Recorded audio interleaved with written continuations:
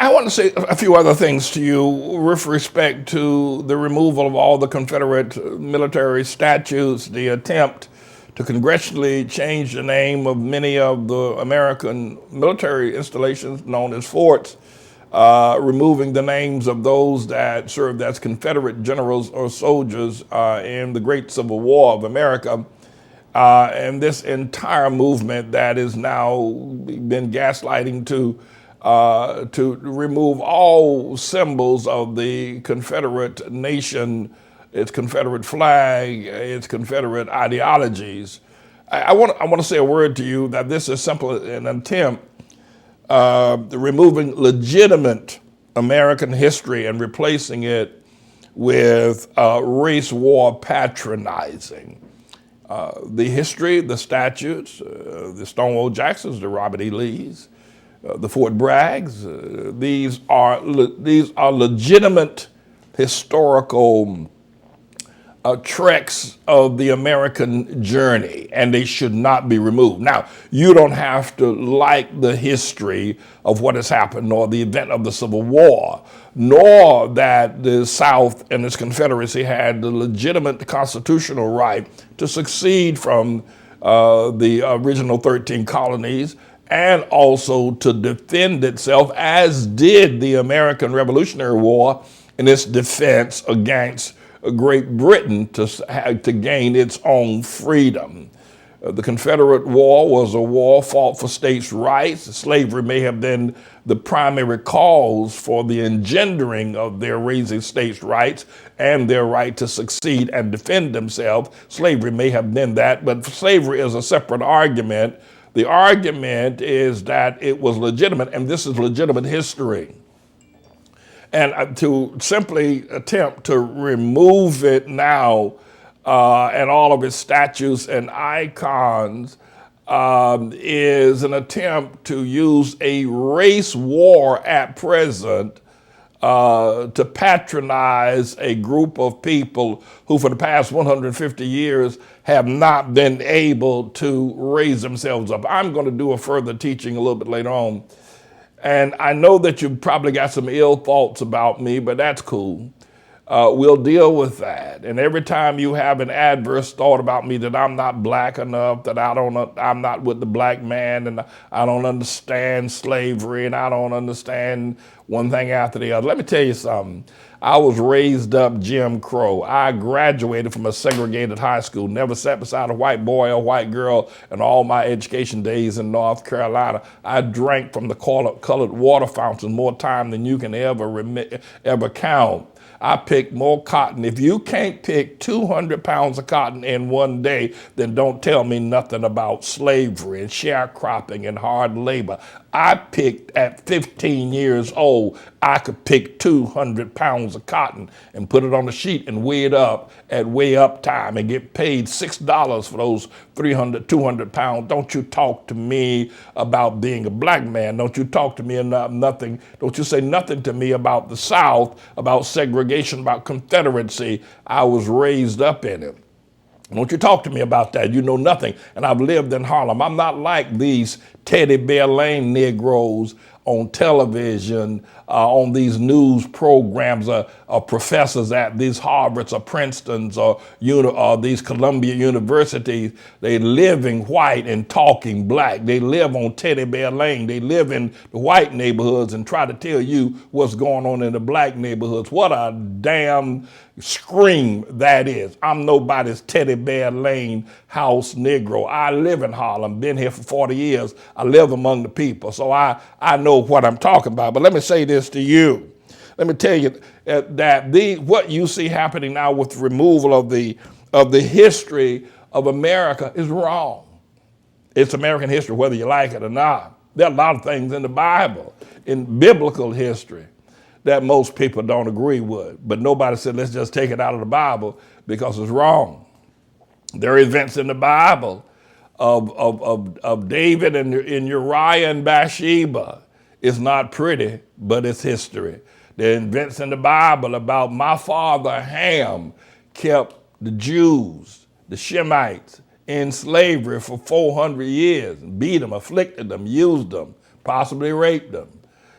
It's in the Bible. It ain't pretty, but we ain't gonna take it out the Bible. It belongs in the Bible. It helps us guide ourselves. And somebody said, I don't know who it was, but if we don't remember our history, we're given to repeat it. And what better way to remember our history than to keep the statutes of those of Stonewall Jackson, of Robert E. Lee, to keep the statutes, to keep the icon, and by all means, keep the Confederate flag. It will remind us of our history. It will remind us of how far we have come.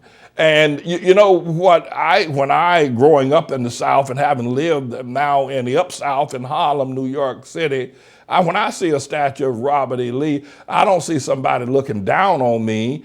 I see something that I stand above. I don't care how high the statue is. You don't have to take them down for me. I'm already looking down because I'm free from that. Robert E. Lee, Stonewall Jackson, the Confederate flag got no power on me. It ain't got no thing on me. I'm a free man. I don't need to remove the statue to have a sense of freedom. I don't need to burn somebody's flag to make sure that I'm not under somebody's cloak again. No, I'm a free man. I want to hit you again with John 8:32. Ye shall know the truth, and the truth shall make you free. This is a scream before God to unearth our history the way it's being unearthed now by these race war patronizers who are trying to gain the support of the Negroes. By saying we are with you. Let's tear down the history of those whose ancestry fought, bled, and died. And we're just going to erase that as if it is nothing. You know, the thing I find very interesting, however, is that on my jacket here, I have an image that I've been wearing for the last 5 years. I have proposed to the Negroes here in Harlem, why tear down the statues of the Confederates? Let's put up a statue to the Middle Passage. Let's put up an arch going up some 40 to 70 feet up into the air on 7th Avenue, 125th Street here in Harlem.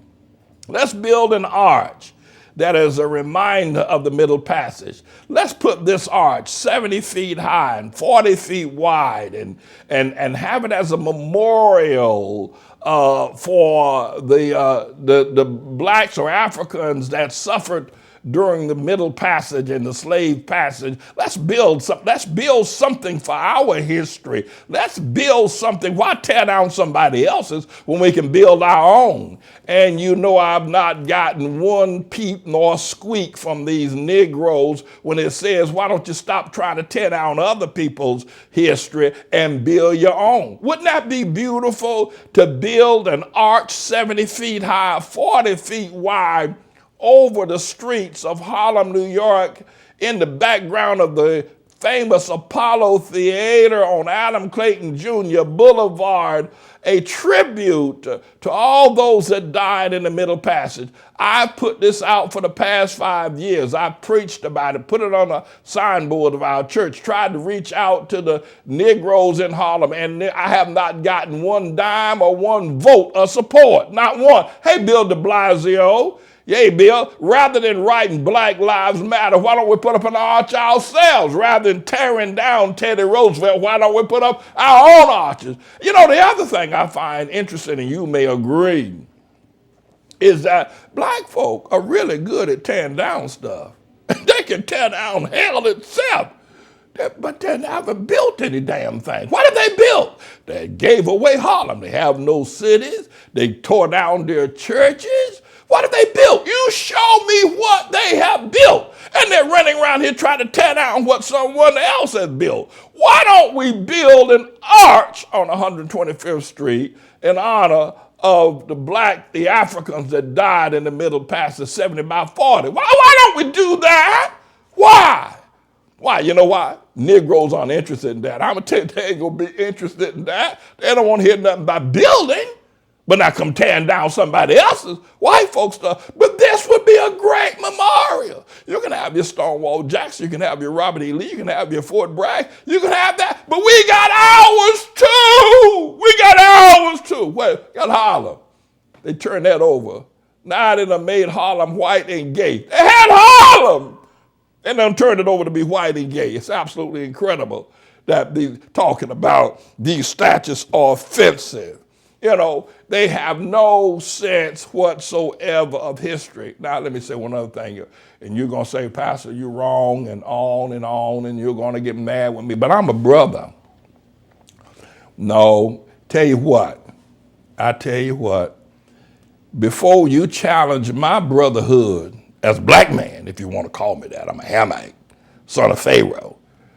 Before you challenge my black man, you tell me how many black men you know that have fed over 1 million meals to hungry bellies in Harlem, New York City, running a breakfast program for children and running a soup kitchen for years for adults, homeless shelter. Baptized over 1,000 people, and many of them had AIDS, and got in the water with them and prayed with them. They'd been involved in homosexual activity, and AIDS jumped on them as a punishment from God.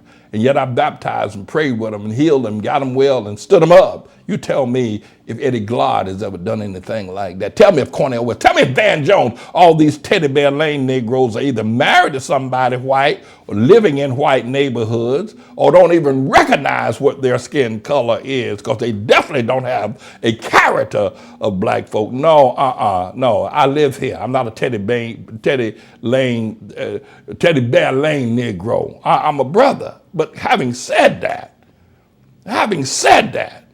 none of these Negroes can hold a candle to my blackness, if you want to call it black. Now, I'm a Hamite, but they can't hold a candle.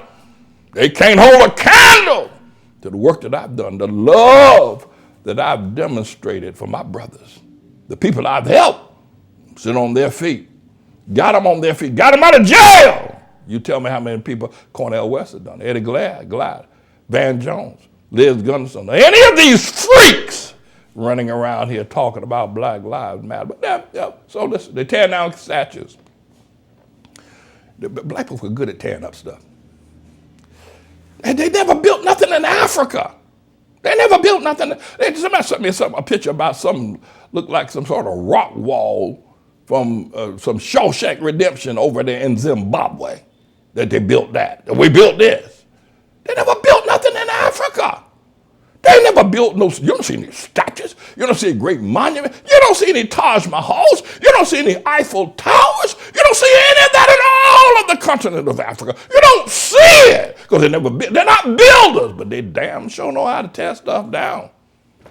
And now they're going for tearing down the Confederate statues, the flag, and everything. You see how sick this is. So you say to them, well, okay, I'm a little queasy about trying to agree with you, Pastor Manning, because you speak too much truth, and I've been living a life of lies all my life, so I'm uneasy going over to the side of truth. But I will say this, you're right. Why don't they just build that arch as a memorial of the Middle Passage? And don't give me some business about that little 3-foot arch, a statue they got up there in Riverside Park, a Middle Passage. That thing ain't. I mean, if I spit, I would knock it down. It's so small. Why don't you? We say, why don't they? You're right, Pastor Manning. Maybe I think some of the statues of the Confederacy should come down in the flag. But why don't black people just build something for the damn selves? Why don't they build something like what you're suggesting? You say you've been suggesting this for the last 5 years. Why isn't this on the major media? Why aren't they talking about this? Why aren't the Washington Post and the New York Times and CNN, why aren't they promoting that they really care about black people? That black people's lives that died in the Middle Passage really matter. Let's put up a monument. Let's put up a statue to them. Why aren't we hearing about this? The reason why you don't hear about it, because both black and white folks don't give a damn. Black lives don't matter. Black statues don't matter. They don't care. And what's worse, it's one thing just be, like I got other things to do. They are incomparable. I've lived with the black man. I've been in prison with him. I've slept in the cells with him. I've sat and talked with him. I've marched with him. The black man's got a problem. He doesn't understand. He doesn't understand that he doesn't understand. He doesn't understand. He doesn't know. Why don't you build a statue? He got Harlem. There's not one. Well, you got some little statue of Adam Powell and one of Harriet Tubman. But why don't you build something rather than specializing and tearing down stuff? He doesn't understand that. God gave him Harlem, and he turned it over to the white man. Tore down his churches? Sure he did. The black man tore down his churches waiting to meet Jesus Christ. He don't understand that he does not understand. The black man does not understand that he does not understand the world. So here you go. Now tearing down stuff. Well, he's good at that. He's proficient at that. They do very little building, if they do any building at all. And now they're taken to graffiti writing, of writing Black Lives Matter in the street. They've abandoned the Apollo Theater. It's a sin and a shame and a scandalous before God that the one theater that they did have, they don't come to it. They don't come to the Apollo. They've abandoned it. It's become a museum. Sold the Lenox Lounge where Billie Holiday did her best singing. It's gone, wiped completely out of history. Turn Harlem white. No, there's just something wrong with the black man. He doesn't understand that he doesn't understand the world. And then you got these white sympathizers, to feel that the black man is just a little puppy.